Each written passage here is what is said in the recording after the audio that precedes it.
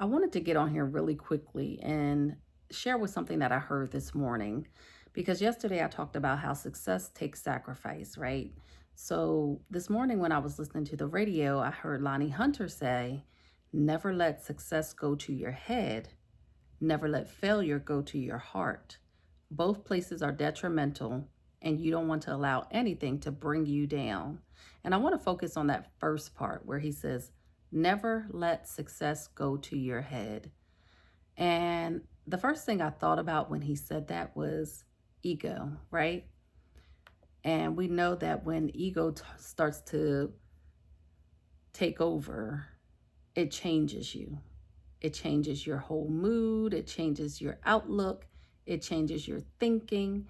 And so that made me think about a show that I watched on Oprah years ago. There was a guest on her show, or it may have been her, and they said that ego is an acronym for edging God out or easing God out of the situation, out of your life, out of your circumstances. And especially when you become successful, that ego starts to grow. You start to feel more confident, maybe overly confident. You start to, well, when the ego comes in, you start to belittle people. You start to act like as if this was you all along. You've done this, you did that, knowing that God helped you along the way, knowing that you had prayers to God, knowing that you sat down and you wrote and you talked to God on a regular basis to get you to that point of success. Something, someone helped you.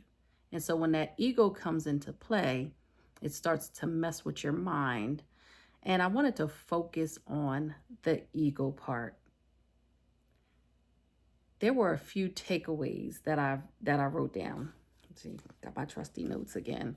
So I will be looking at my little notes and sharing because I think that this is very important as we're on our road to success with YouTube or content creation or whatever it is that you have as a goal in your life. On your way to success, you want to make sure that you maintain balance, especially when it comes to the ego. So I'm just going to share a few bullets with you, a few key points. And let's start with number one, loss of self-awareness. So when the ego takes over, self-awareness often fades, making it harder to see yourself or situations objectively. And it can distort your self-image, which can lead to overconfidence or insecurity masked as superiority. We all see those people who brag about things and say, look what I got. Da, da, da. It's them trying to mask their insecurities and showing us that they're superior in some way, that they're overconfident when they're really losing their self-awareness. And then next, difficulty accepting criticism. Now, that can happen without the ego, or a big ego, I should say, because it's still the ego in play. Because I'll say this, difficulty accepting criticism is something that I have dealt with at a point in time in my life. Or say, for instance, you're on a job, you have a 9 to 5, you feel like you're doing the best of the best, and then you sit down for your quarterly review or your yearly performance review, and then you hear the feedback that you're getting from your manager or your senior leadership team or whatever it may be.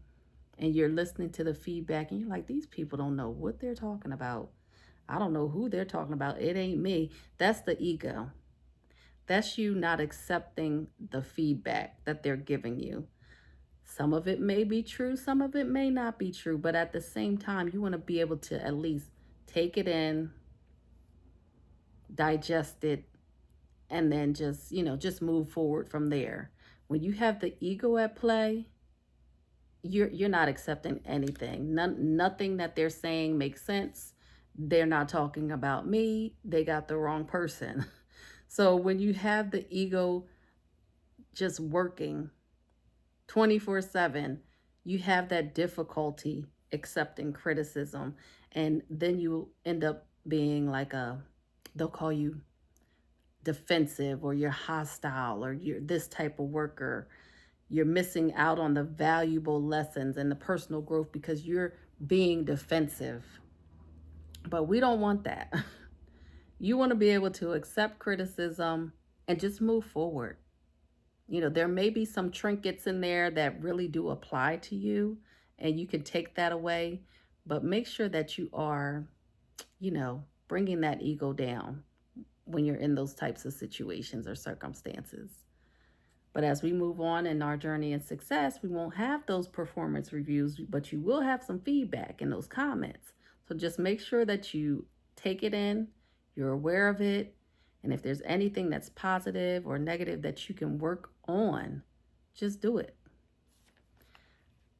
Another takeaway, hold on.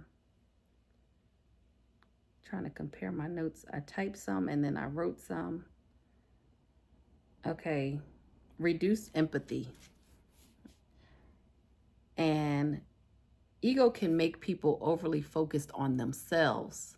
You're losing sight of others. You're not empathizing with other people. It's all about you. You have that all about me mindset. I don't care about anybody else. I can't empathize with you. I'm here. You're down there. That type of situation. And that's when you start to lose friends. You start to lose people that you really care about, because now you're no longer being empathetic. And that's very, very dismissive of other people's feelings, people that you used to care about. And now you're like, okay, I can't empathize. I don't know you, as if you're better than them, and you're not. So you want to bring that back down. Then we have the fear of failure and vulnerability. You don't want to seem as though you're weak, because the ego is too boastful. It's too strong. You're not weak, and you're not going to see me as weak. Then you have that fear of failure on top of it. It just brings in a lot of stress. And you don't want that stress on you. You want to be able to enjoy your success. So that fear of failure is there because the ego craves success and approval. It craves success and approval. Now, we all want some form of success, but to crave it, that's on a different level. You can want success, you can strive towards success, but once you start craving something, it becomes a whole nother monster.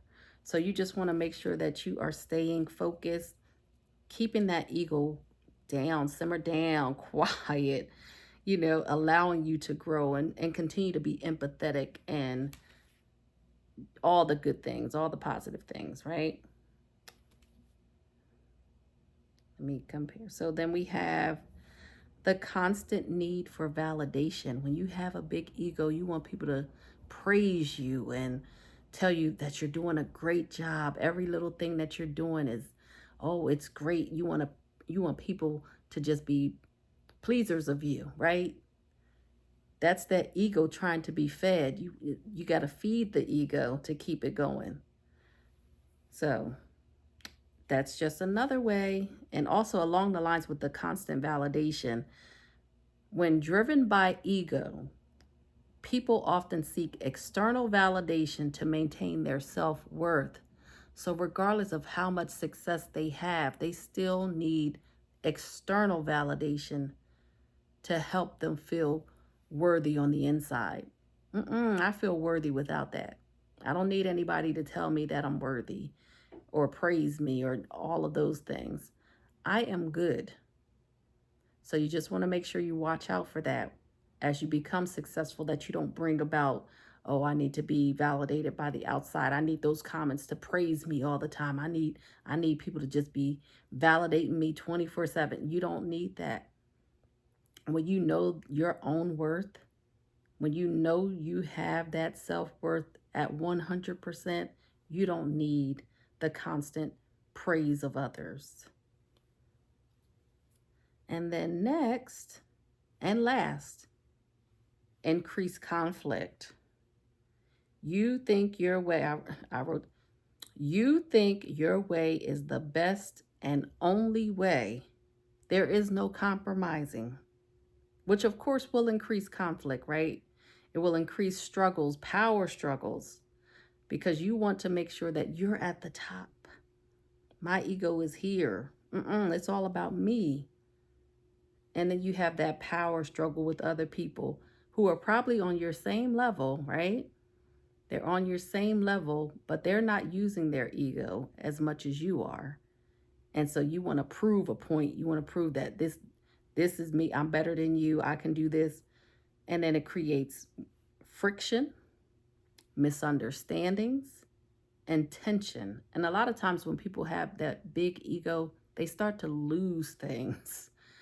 Unfortunately, you were successful at one point, but now people don't want to work with you because of your ego.